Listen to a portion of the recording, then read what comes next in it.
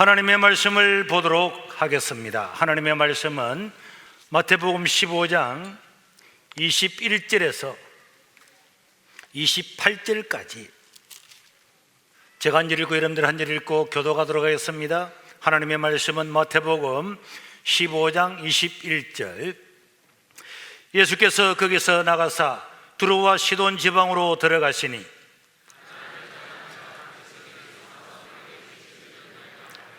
예수는 한 말씀도 대답하지 아니하시니 제자들이 와서 청하여 말하되 그 여자가 우리 뒤에서 소리를 지르오니 그를 보내소서.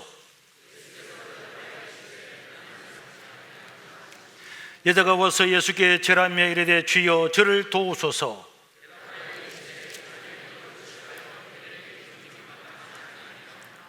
여자가 이르되 주여 올소이다마는 개들도 제 주인의 상에서 떨어지는 부스러기를 먹나이다 하니 아멘. 오늘 이 오후 예배에 모이신 여러분들을 진심으로 감사를 드리고, 우리가 하나님을 믿을 때는 예배부터 정확하게 들어야 우리에게 믿음이 생기고 또 하나님의 믿음으로 우리가 승리하게 될 줄로 믿습니다.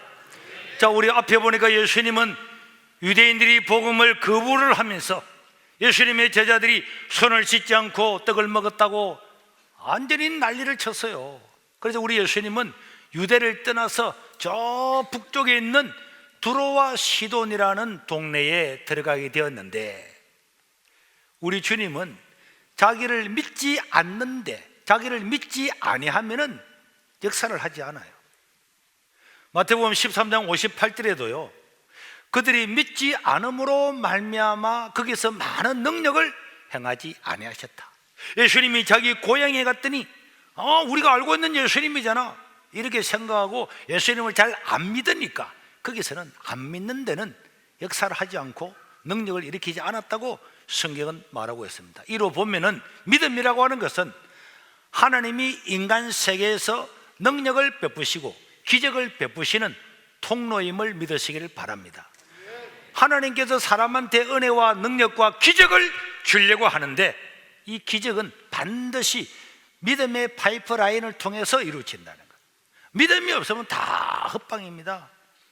아무리 저수지에 물이 많이 있어도 수도관이 없고 틀지 않으면 아무 소용없는 것처럼 하나님은 능력이 많으시지만은 그 능력을 믿고 신뢰하고 나가야 하나님이 우리 인생의 능력과 기적을 베풀으시는 줄로 믿습니다. 그리고 우리 성경은 어떤 일이 일어날 때마다 다 믿음으로 노아도 믿음으로, 아브라함도 믿음으로, 야곱도 믿음으로, 요셉도 믿음으로, 모세도 믿음으로, 다윗도 믿음으로.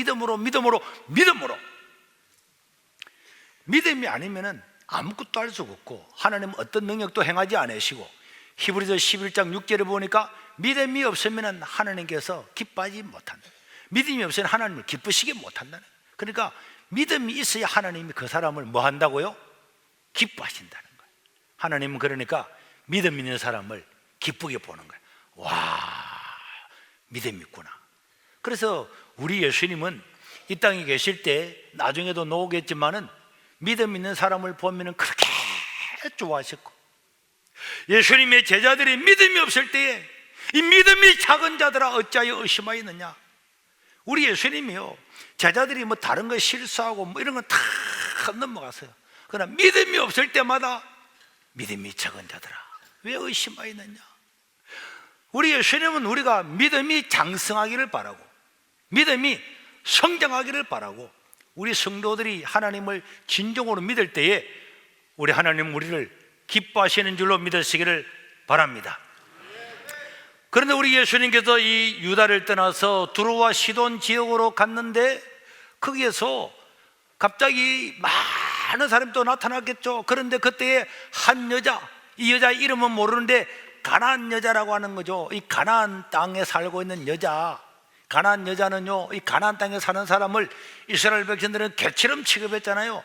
가나안 땅에 들어가지도 않으려고 하고, 가나안 백성들은 다 지옥 갈 사람이니까, 하나님을 대적하는 사람이니까, 우상을 섬기는 사람이니까 이 사람은 죽어야 된다고 생각하는 바로 그런 곳인데도 우리 예수님은 거기에 가서 복음을 전한 것은, 우리 예수님이 볼 때는 유대인들과 다르게 모든 이 세상의 사람들은 전부 다 구원받아야 할 백성으로 보는 겁니다. 사람들은 누가 어떻고 누가 어떻고 누가 어떻고, 누구는 죄를 지었고 누구는 감옥에 갔고 누구는 어떤 일이 있고 뭐 어떤 일, 다 사람들은 그 시각으로 그 사람을 판단하지만은 예수님은 누구든지 그 사람이 예수 믿기를 원하고 구원받아야 될 사람으로 시각을 가지고 보는 줄 믿으시길 바랍니다. 그런데 여자가 나와서 크게 과음을 질렀어요. 그러니까 아주 다 놀랬겠지. 많은 사람들 중에서 이 여자의 목소리는 특이했어요. 22절에 보니까 이 여자가 뭐라고 외쳤느냐, 가난한 여자 하나가 그 중에서 나와서 소리를 질러 이르되 주 다윗의 자손이여, 이 여자 나를 불쌍히 여겨 주옵소서. 내 딸이 흉악한 귀신에 들렸나이다. 이렇게 하면서 예수님께 나왔는데, 여러분 아시죠? 예수님이 하는 움직이면은 얼마나 많은 사람이 움직인다는 것을. 그런데 이 가난한 여자, 가난한 사람, 여자가 크게 고함 지르면서 주 다윗의 자손 예수여, 나를 불쌍히 여겨 주십시오. 내 딸이 흉악한 귀신에 들린다이다. 이 여자의 고백에서 보면 깜짝 놀라요.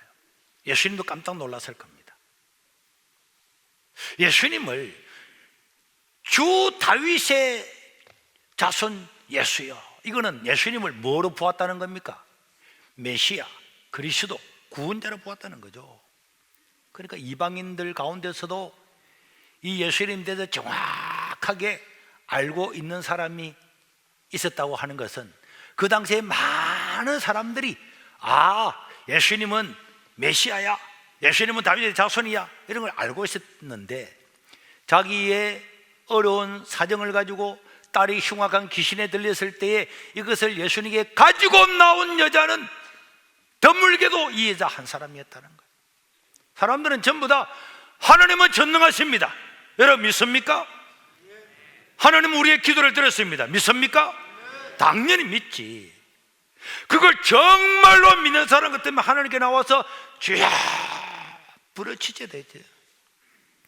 나의 문제를 해결할 자가 하나님밖에 없다는 것을 진정으로 믿으면 하나님께 나와서 소리를 질러 부르짖어 기도할 수밖에 없는 것입니다.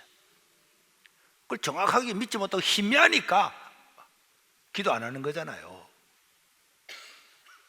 나 돈 한 푼도 없는데 만약에 하나님께 헌금을 100만 원 하면은 우리 딸이 낫는다, 우리 딸이 흉악한 귀신 들린 우리 딸이 낫는다 그러면 누구나 찾아가서든지 구하지 않겠습니까? 그런데 예수님이 능력이고 하나님의 아들이고 예수님께 나가면 우리 딸이 고침을 받는다는 것을 믿어주니까 우리 예수님께 나와서 그렇게 소리를 지르면서 기도했죠. 참 우리 성경의 공통적이죠. 복음서에 보면은 소경이나 나병 환자나 여자나 많은 사람들이 예수님께 나올 때에 수많은 사람들이 많이 있었는데, 이 사람들의 특징은 성경에 보니까 어떻게 큰 소리로 부르짖었다는 것이 공통점이에요. 우리가 기도할 때에 간절히 기도해야 됩니다. 그런데요, 어떤 사람은 교회 와서 주여 하고 기도하면 어떤 분이 가서 조용히 하세요, 이런 사람이 있어요. 기도하는데 고춧가루 뿌리면 안 됩니다. 성경에 보세요, 시편에 보세요.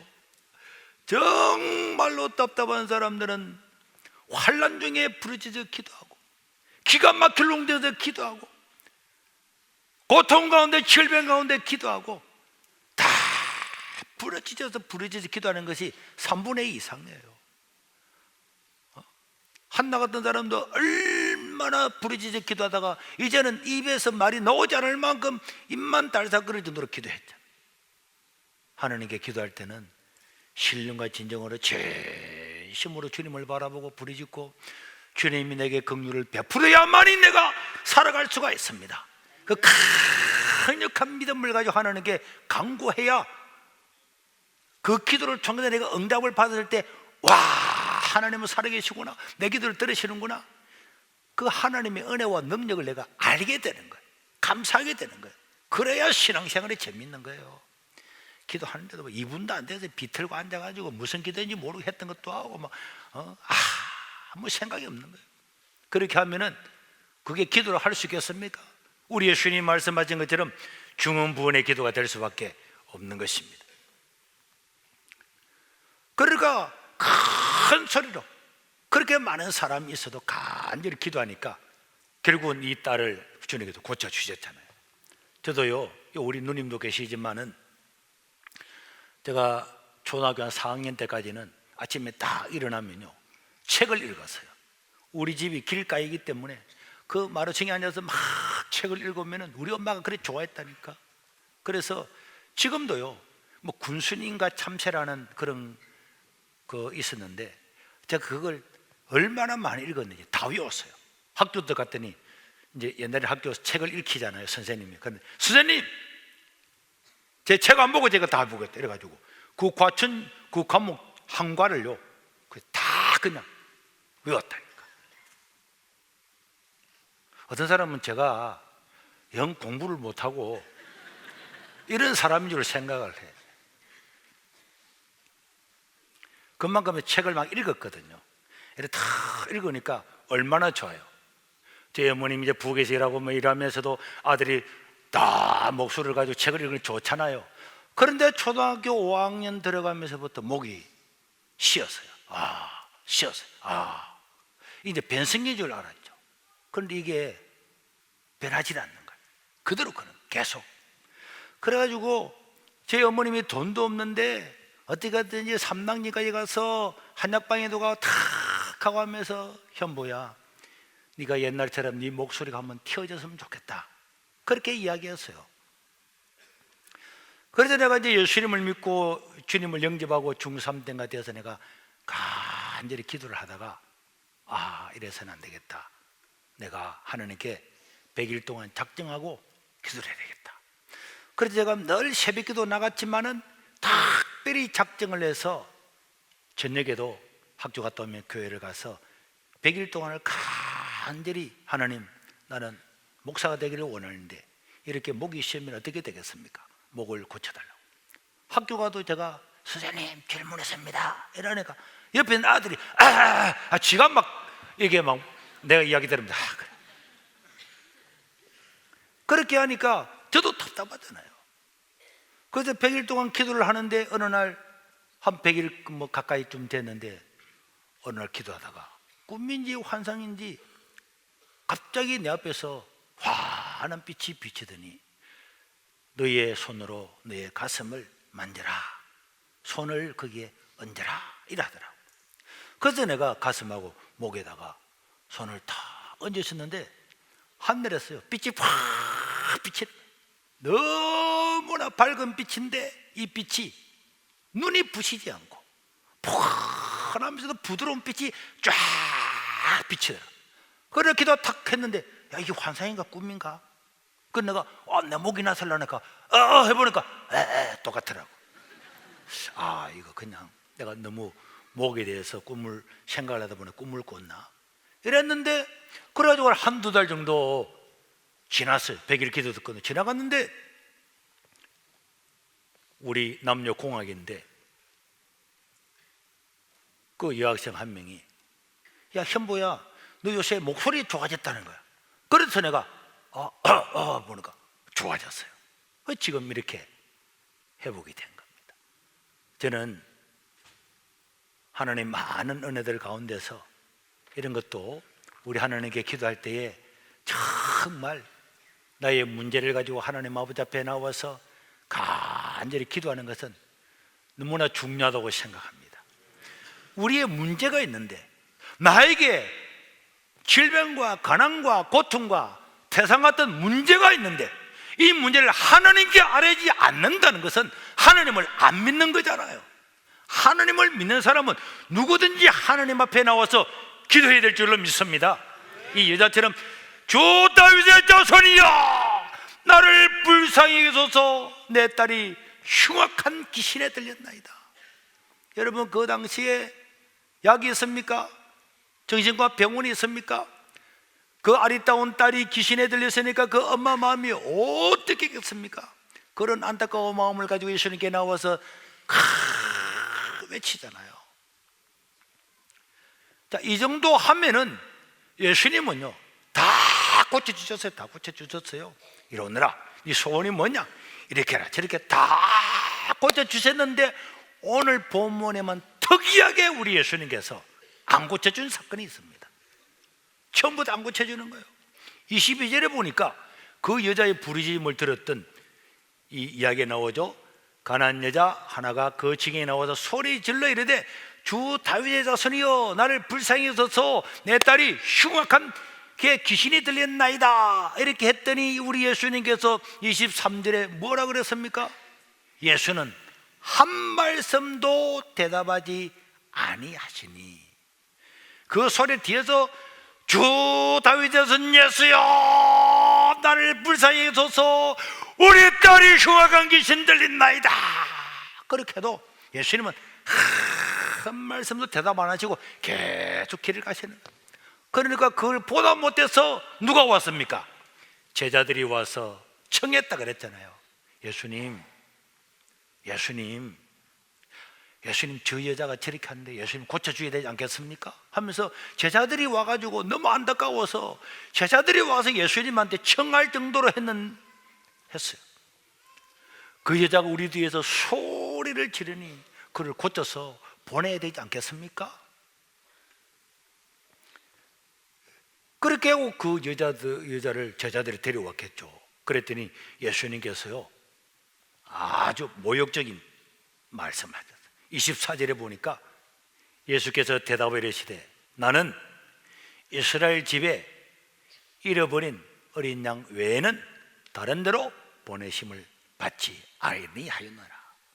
나는 사마리아 여자, 너는 가나안 여자, 나는 너희들하고는 상관없어. 나는 이스라엘 하나님의 택하신 사람들에게 내가 보냄을 받는 거야. 너는 유대인도 아니고, 그러니까 나는 너를 몰라. 너를 위해서 온 거 아니야.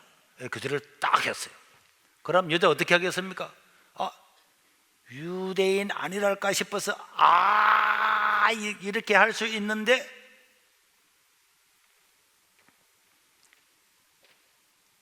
제자들도 깜짝 놀라는 이야기를 하죠.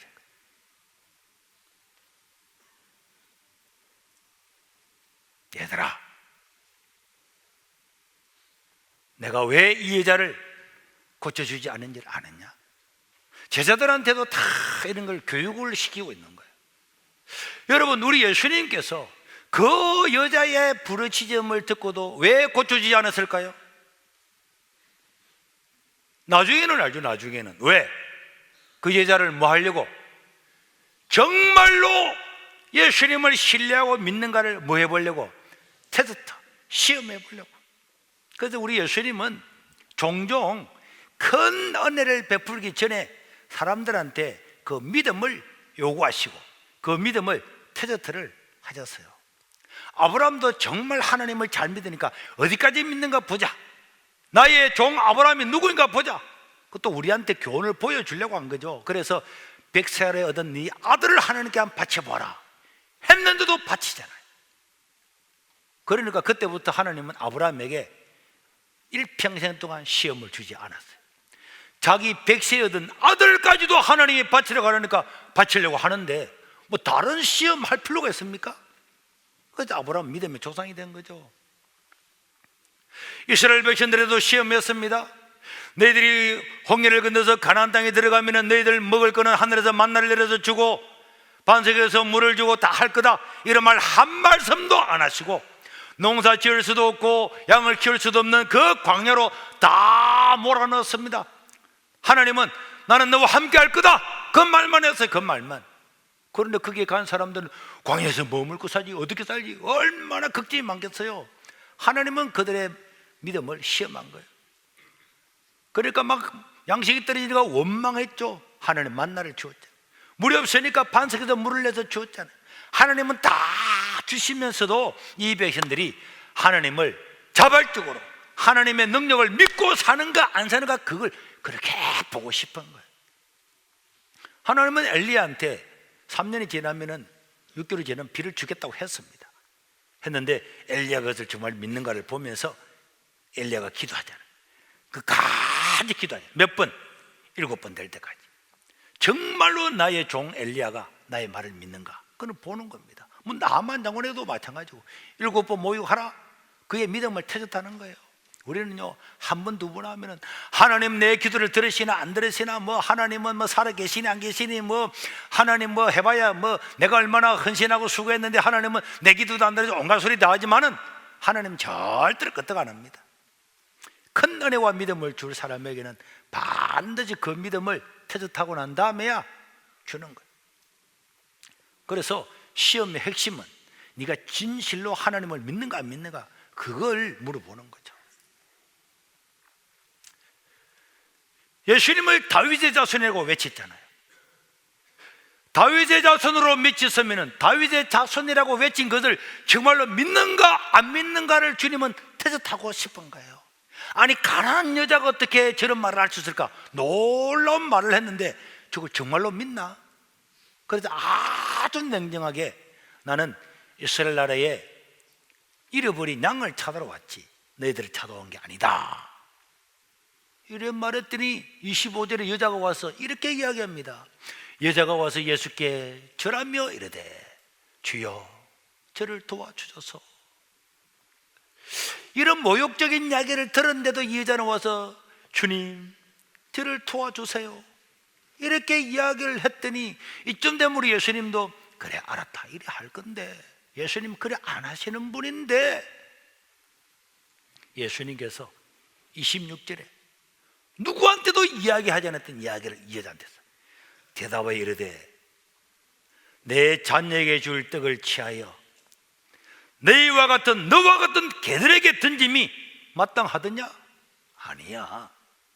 와, 그렇게 이 여자를 뭐로 취급했습니까? 뭐로 취급했어요? 개로 취급했다니까. 지금도 우리가 개 X 이러면 기분 좋아요?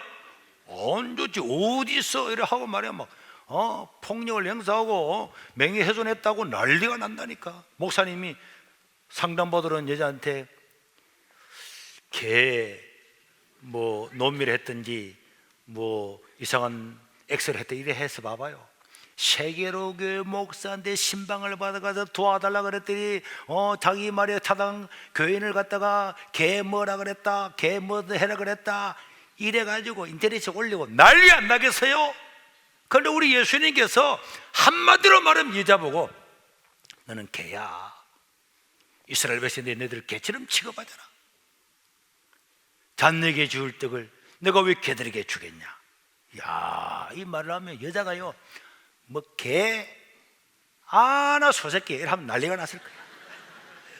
그런데 이 여자, 우리 예수님이 이 가난한 여자의 믿음이 너무 놀라웠거든. 어떻게 이방인 여자가 예수님의 이 정체성을, 유대인들 바리새인들 서기관도 그거하고 안 믿는 이것을 이 가난한 여자가 어떻게 알았을까?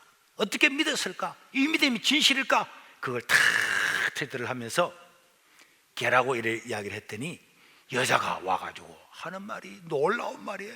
27절에 보니까 여자가 시작, 여자가 이르되 주여 옳소이다, 나는 개가 맞습니다. 옳소이다마는 개들도 제 주인에서 땅에 떨어지는 부스러기를 먹지 않습니까?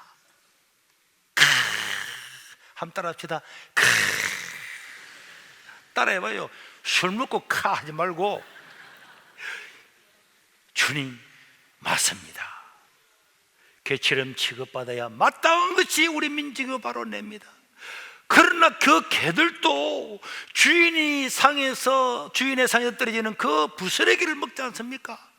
나에게도 그 부스러기 언니라도 주옵소서 이렇게 말하는 거잖아요. 와, 대박이죠.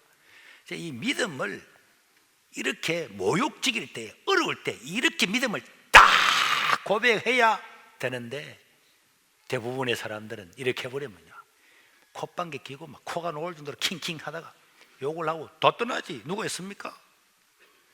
이렇게 딱 대답을 하니까 우리 예수님께서 28절에 보니까 뭐라고 대답합니까? 이에 예수께서 대답하여 이르시되 여자여 내 믿음이 크도다, 내 소원대로 되리라 하시니 그때로부터 그의 딸이 나으니라. 할렐루야. 이 여자가 뭐가 크다고요?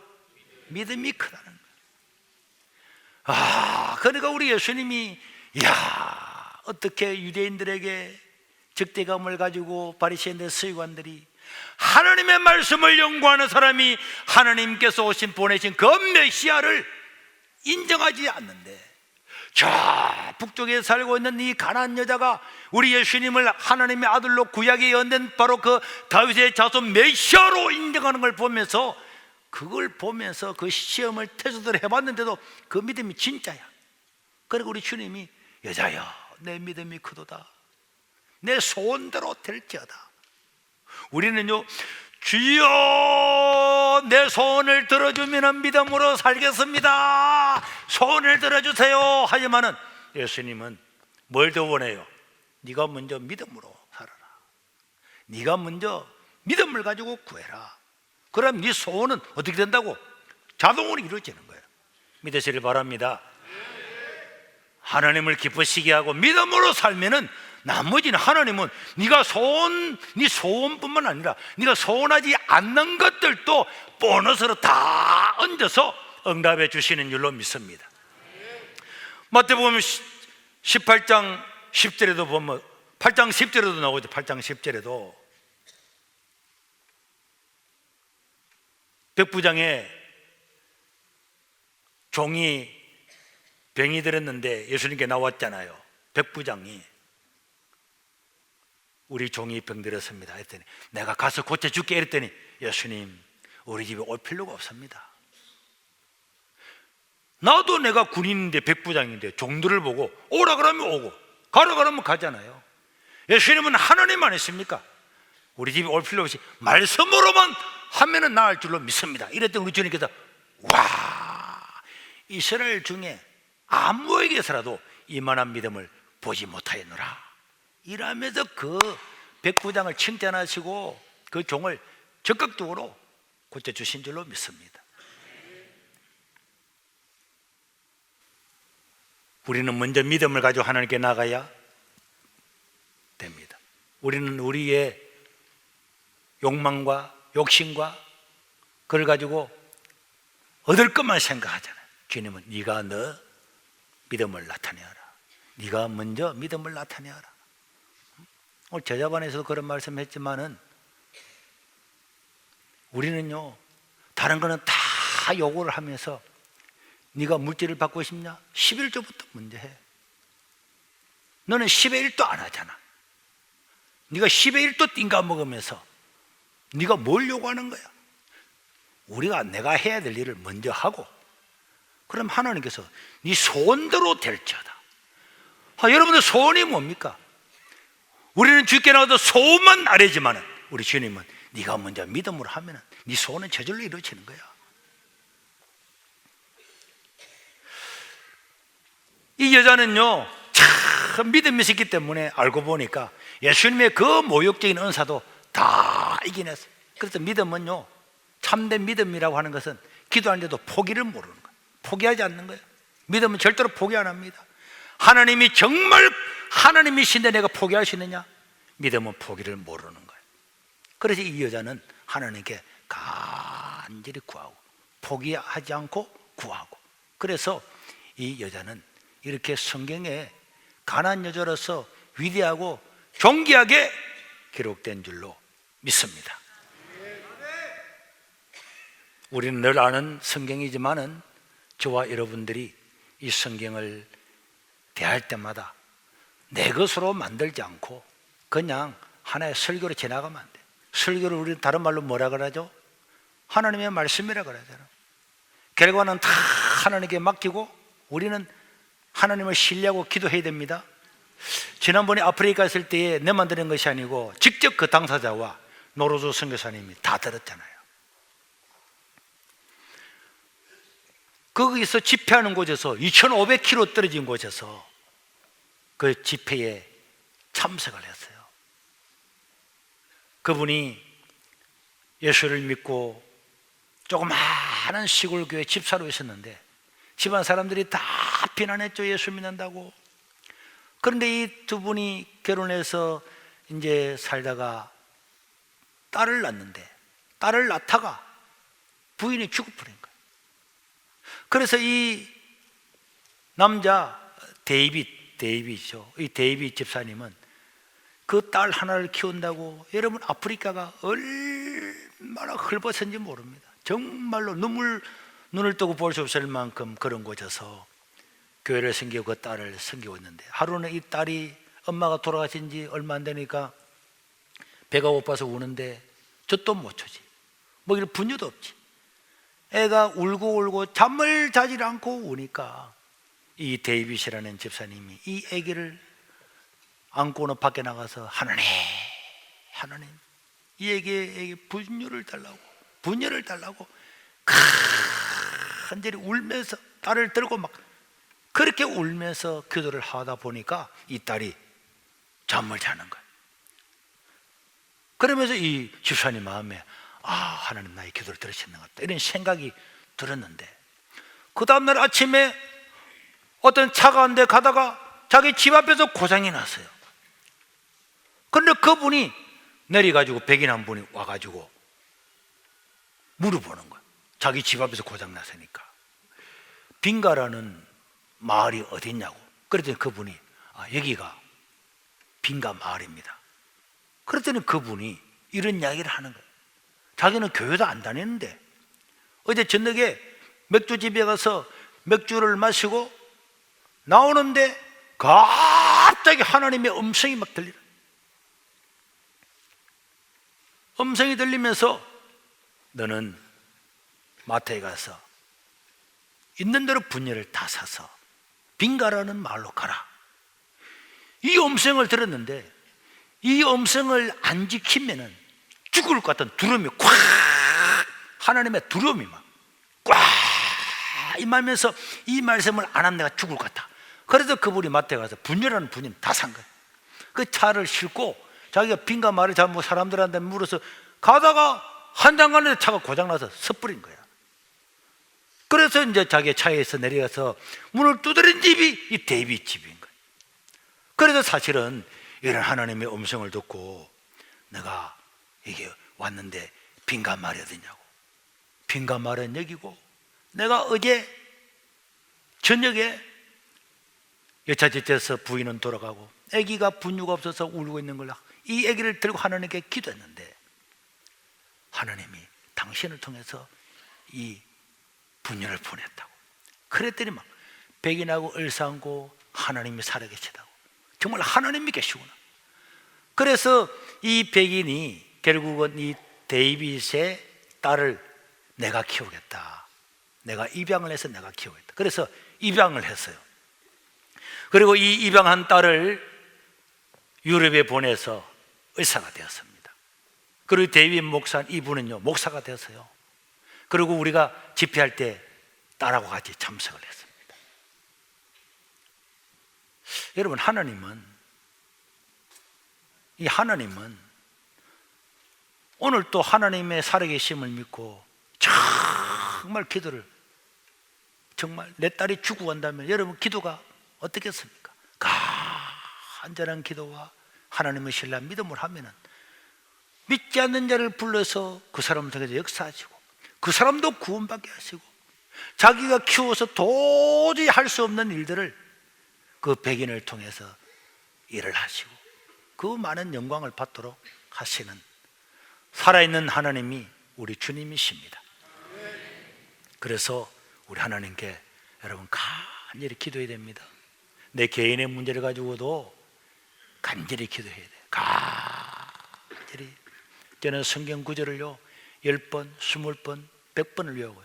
제가 설교 오기 전에 할 때도 내가 똑같은 성경 구절, 하나님 나를 도와달라고 하는 성경 구절이 있어요. 그래서 그 구절을 한 번, 두 번, 내 마음에 평안해질 때까지 다 그 두 구절을 10번씩, 20번씩 외우고 내가 이 단에 올라갑니다. 언제나 그래, 언제나. 새벽 기도 할 때도 언제나 그렇게 하고.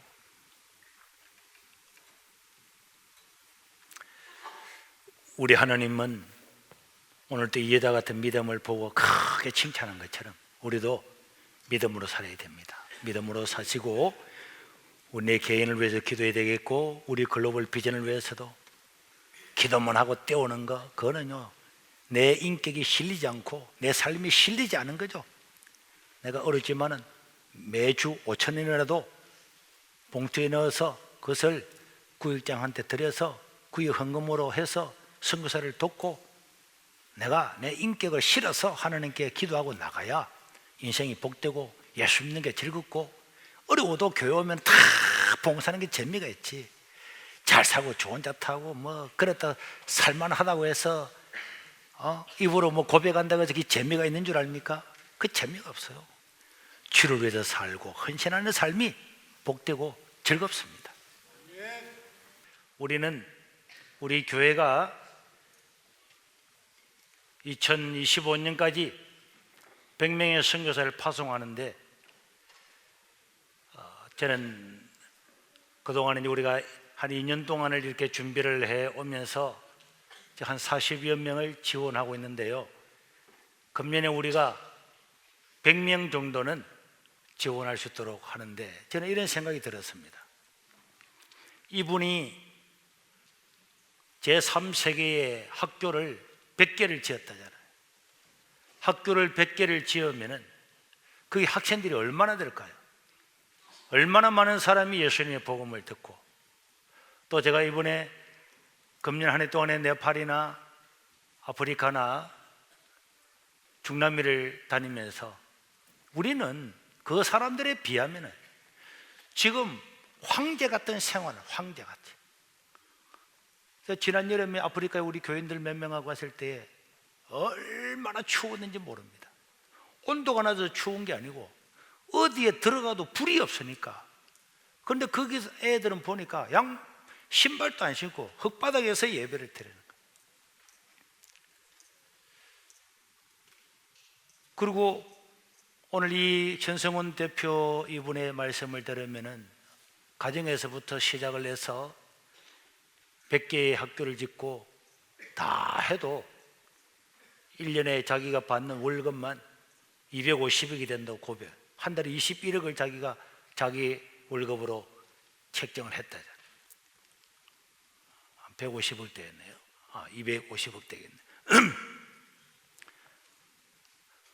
우리가 하나님의 일을 하면은 하나님은 우리의 일을 대신할 줄로 믿습니다. 그 전에 생각을 하기를, 다음 주부터는 교회가 이제 제도적인 것들은 뒷받침을 다시 해서 공개를 하겠지만은, 여러분들이 자기 가족이 월요일이든 줄 5든 다 모여서 일주일에 애들은 100원이라도 500원이라도 1000원이라도 용돈 중에서 성교비를 띄고, 어른들도 가족이 엄마 아빠 다 해서 우리가 교구마다 선교사님이 배정되어 있는데 앞으로는 구역마다 한 분씩을 배정을 할 계획입니다. 그래서 자기 구역에 있는 선교사님을 위해서 가족이 1, 2분이라도 기도하고 헌금을 드리고, 그것을 구역 모임 때나 여러분들 구역 모임 때에 자기 그것을 드려서 그 구역에서 한 구역에서 한 선교사님을 지원하는 것을 일단 먼저 시작을 해 나가면은, 여러분 한 사람이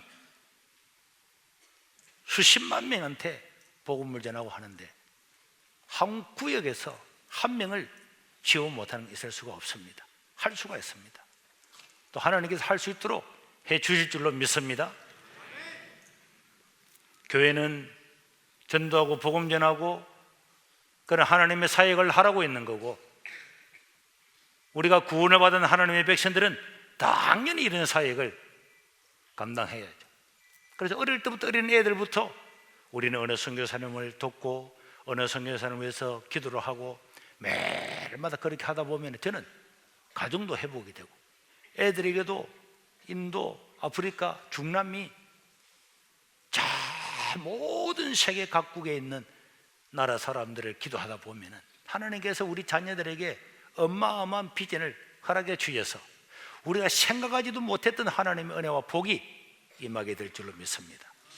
제가 이것을 우리 직분자들에게만 말씀드릴 수 있지만은 모든 교우들이 다 있는 데서 낮에 이 영상을 상령을 한 것은 우리 모든 분들이, 어른이든 아이든 할머니든 학생들이든 청년들이든 전부 다가 여기에 동참을 해서 우리 세계로 교회가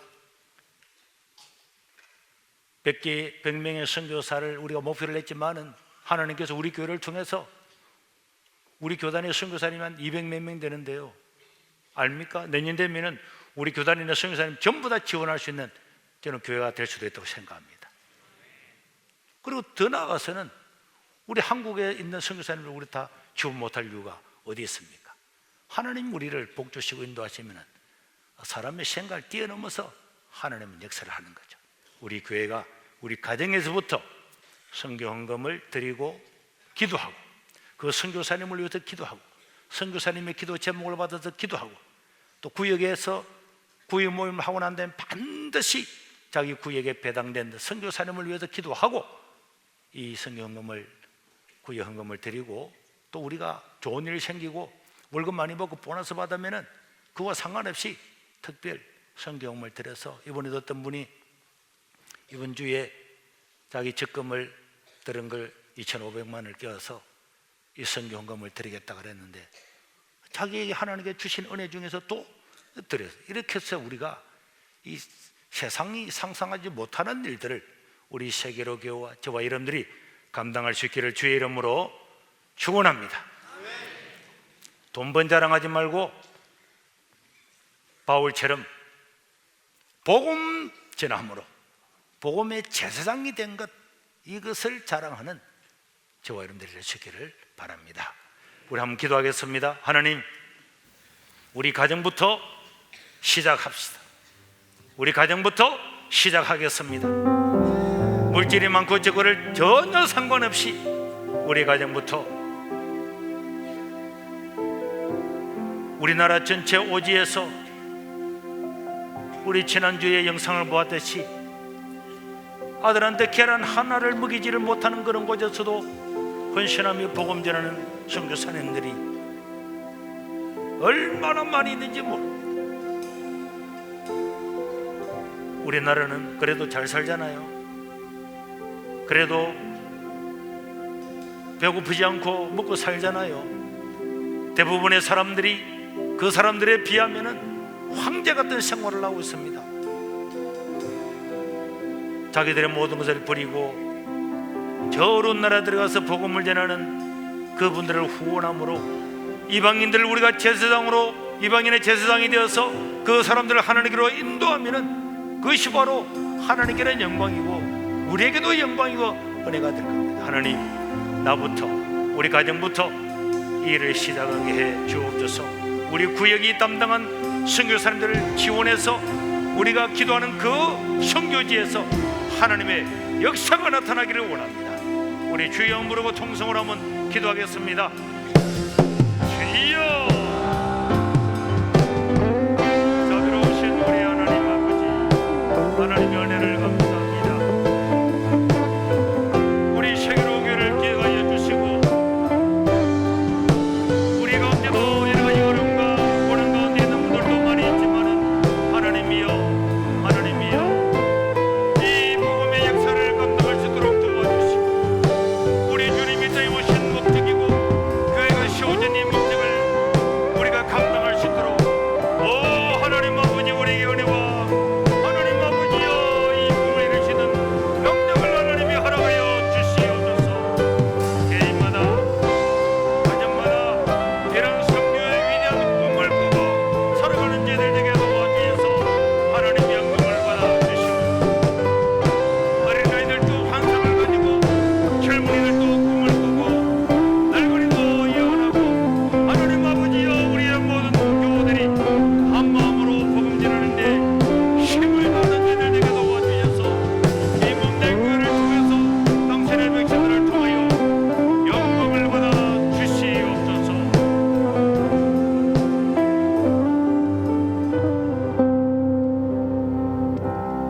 자비로우신 우리 하나님 아버지, 오늘도 우리가 하나님 아버지 앞에 귀한 예물을 드렸습니다. 우리 하나님께서 우리에게 모든 걸 주셔서 매 감사는 신앙의 고백으로 11조를 드리며 또 우리 삶의 건강을 주시고 살아갈 수 있는 모든 것 주신 것 하나하나를 생각하며 감사의 문을 드리며, 또 전 세계에 흩어져서 복음 전하는 선교사님들을 위해서 선교헌금, 구역헌금을 드렸습니다. 하나님이 모든 예물을 받으시고 이들의 모든 손길에 복을 입혀주시고 이 물질이 쓰여지는 모든 곳에 하나님의 영광이 드러나고, 또 하나님 그곳에 있는 모든 자들이 그리스도께로 들어와서 영원한 생명을 얻는 자가 되도록 도와 주시옵소서. 우리 세계로 교회를 통하여 하나님 영광받아 주옵소서. 우리 구주 예수님 이름으로 기도드리옵나이다. 아멘. 광고 드리겠습니다. 성도 여러분, 평안하셨습니까? 좋은 이웃, 감동을 주는 사람들, 세계로 교회 이번 주 소식입니다. 오늘 처음 방문해 주신 분들을 진심으로 환영합니다. 예배 후 1시 20분까지 새가족 만남실로 오시면 담임 목사님과의 만남이 준비되어 있습니다. 중직자 모임이 1시 50분에 본당에서 있습니다. 교구별 남자 족구 대회가 식사 후 1시 10분에 시작됩니다. 새가족 간 수료식이 오늘 오후 예배 시에 있습니다. 예결산 모임이 있습니다. 상세 일정은 주보를 참고하시기 바랍니다. 마커스 찬양 집회가 11월 30일 토요일 오후 5시에 있습니다. 이웃을 초청하셔서 함께 은혜 나누시기 바랍니다. 1청년 이신동군과 고소연 양의 결혼식이 11월 30일 토요일 낮 12시 30분 세계로 교회 본당에서 있습니다. 강금철 안수집사 김이순 권사의 장남 지훈군의 결혼식이 11월 30일 토요일 낮 12시 서울 K터틀 2층 컨벤션 웨딩홀에서 있습니다. 구역장님은 세례 증서를 행정실에서 찾아가시기 바랍니다. 한글학교 차량 봉사자를 모집합니다. 삶의 목적이 없으면 인생은 허무합니다. 하나님께서 기뻐하실 소원을 가지고 기도하고 살아가는 한 주 되시기 바랍니다. 고맙습니다. 자, 오늘은 비가 와서 족구가 취소되었습니다. 방금 족구가 취소된다고 연락 왔고요. 오늘 1시 45분에 언제라고요? 1시 45분에 모든 우리 교회 직분자, 특별히 구역장 부부는 단 한 분도 빠짐없이 우리 중직자 회의에 참석해 주시길 바랍니다. 중직자 회의가 1시 45분에 있는데 대별로 구역별로 해서 한 구역도 빠짐없이 참석하시고, 또 내년에 예비 구역장으로 될 사람도 같이 부부가 참석해 주시기를 바랍니다. 반드시 참석해 주시기를 바랍니다. 자, 우리 예수님과 인사드리겠습니다. 하나님은 당신을 사랑하십니다. 복음 전하는 데 힘을 씁시다. 네, 오늘도 우리 새로운 분들이 있는데요. 오늘 저희 교회를 처음 방문해 주신 분 한 분 일어나 주시면 여러분들을 환영하고 축하하도록 하겠습니다. 일어나 주십시오. 오늘 저희 교회를 처음 오신 분은 일어나 주시길 바랍니다.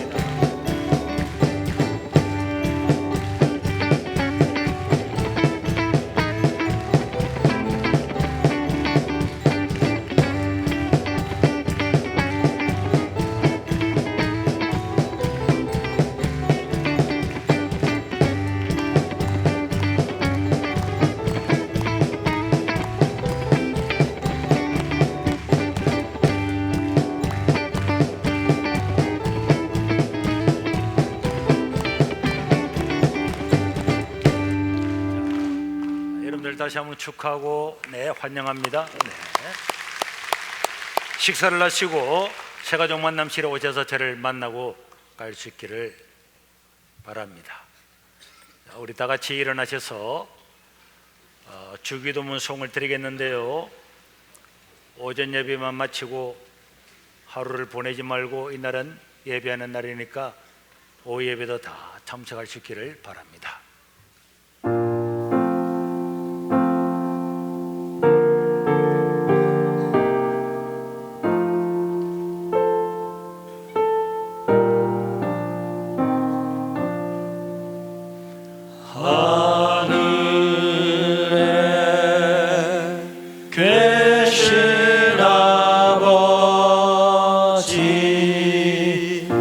이름 거룩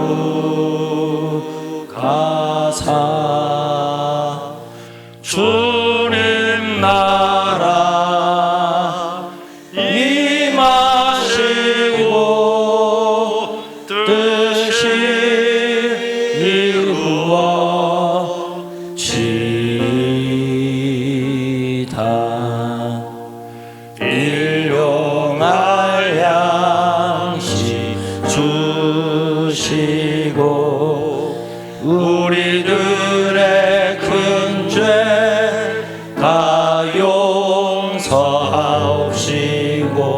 또 시험에 들게 마시고 악에서 구원하소서. 대개 주의 나라 주의 권세 주의 영광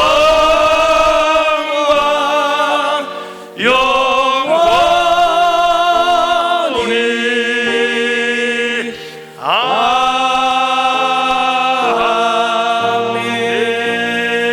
아멘. 이제는 우리 주 예수 그리스도의 은혜와 우리 하나님 아버지의 무궁하신 사랑과 성령 하나님의 감동하심이 이방인의 제사장이 되어서 땅끝까지 복음 전하여 하나님을 기쁘시게 하고 하나님이 기쁘시게 함으로 받는 모든 복을 받아 누리기를 원하는 하나님의 백성들 가정과 당신의 백성들 머리 위에 영원토록 함께 있을지어다. 아멘.